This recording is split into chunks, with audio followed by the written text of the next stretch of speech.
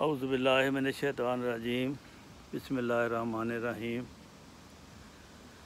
नाज़रीन, आज तबसरा करते हैं हम जो गैर मुल्की यूरोप में सेटल हैं, तो इसके बारे में आपको ये बताना था कि हमारे बच्चों पर इन मकामी बच्चों की निस्बत ज़्यादा बोझ होता है पढ़ाई का। एक तो जो बच्चे स्कूल जाते हैं, यहाँ पैदा होते हैं, उनको जर्मन सीखनी पड़ती है, उनके लिए नई ज़बान है। हमारे बच्चों के लिए फिर उर्दू पढ़ना भी ज़रूरी है। वो उर्दू सीखते पढ़ते हैं क्योंकि उर्दू की किताबें भी पढ़नी होती हैं। फिर इसके अलावा अरबी पढ़नी होती है, ये भी एक ज़बान है। अरबी के मैंने पढ़ने के लिए उर्दू लिखना पढ़ना आना चाहिए, वो भी एक ज़बान है। इस तरह पर फिर अज़ाफ़ी तौर पर कुरान मजीद का हिफ़्ज़ करना है। इसमें भी हमारे अक्सर बच्चे जो अच्छे बच्चे हैं, वो जो दिमाग अच्छा रखते हैं और जिनको इस्लाम, अहमदियत और कुरान से प्यार है, वो उसको ज़बानी याद करने की यानी हिफ़्ज़ करने की कोशिश करते हैं। आज मैं अपने एक बच्चे का आपको तारुफ़ कराता हूँ, जिन्होंने कुरान शरीफ के 2 सिपारे आखिरी जो है 29 और 30 का, इसको हिफ़्ज़ कर लिया है। आज उसका इम्तिहान हो रहा है।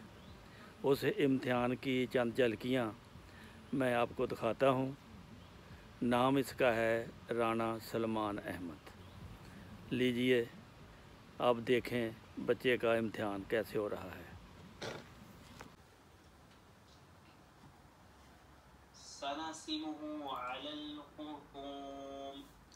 अऊज़ु बिल्लाहि मिनश शैतानिर रजीम बिस्मिल्लाहिर्रहमानिर्रहीम।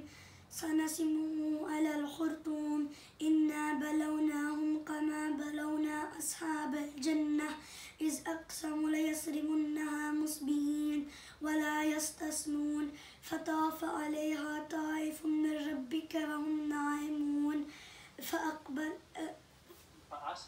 فأصبحت كالصريم فتنادوا مصبحين أن اغدوا على حرثكم إن كنتم صارمين فانطلقوا وهم يتخافتون لا يدخلنها اليوم عليكم مسكين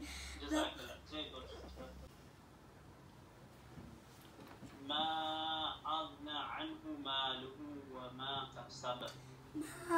عنه ماله وما كسب سيصلى نارا ذات لهب وامرأته حمالة الحطب في جيدها حبل من مسد والذي قدر فهدى والذي أخرج المرعى فجعله غثاء أحوى سنقرئك فلا تنسى إلا ما شاء الله إنه يعلم الجهر وما يخفى ونيسرك لليسرى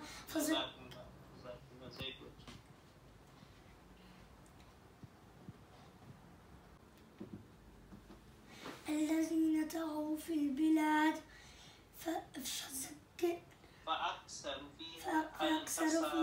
فأكثروا فيها الفساد فصب عليهم ربك صوت عذاب إن ربك لبالمرصاد فأما الإنسان إذا ما ابتلاه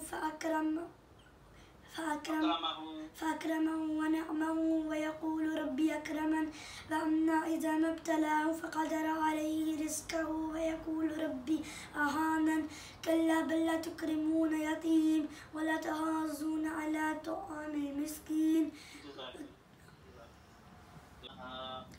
والسماء وما بناها والأرض وما طحاها ونفس وما سواها فألهمها فجورها وتقواها قد أفلح من زكاها وقد خاب من دساها كذبت ثمود بتقواها إذ انبعث أشقاها فقال لهم رسول الله ناقة الله فسقياها فكذبوه فعقروها فدمدم عليهم ربهم بذنبهم فسواها الذي جمع مالا وعدده يحسب أن ماله أخلده كلا لينبذن في الحطمة وما أدراك ما الحطمة نار الله الموقدة التي تطلع على الأفئدة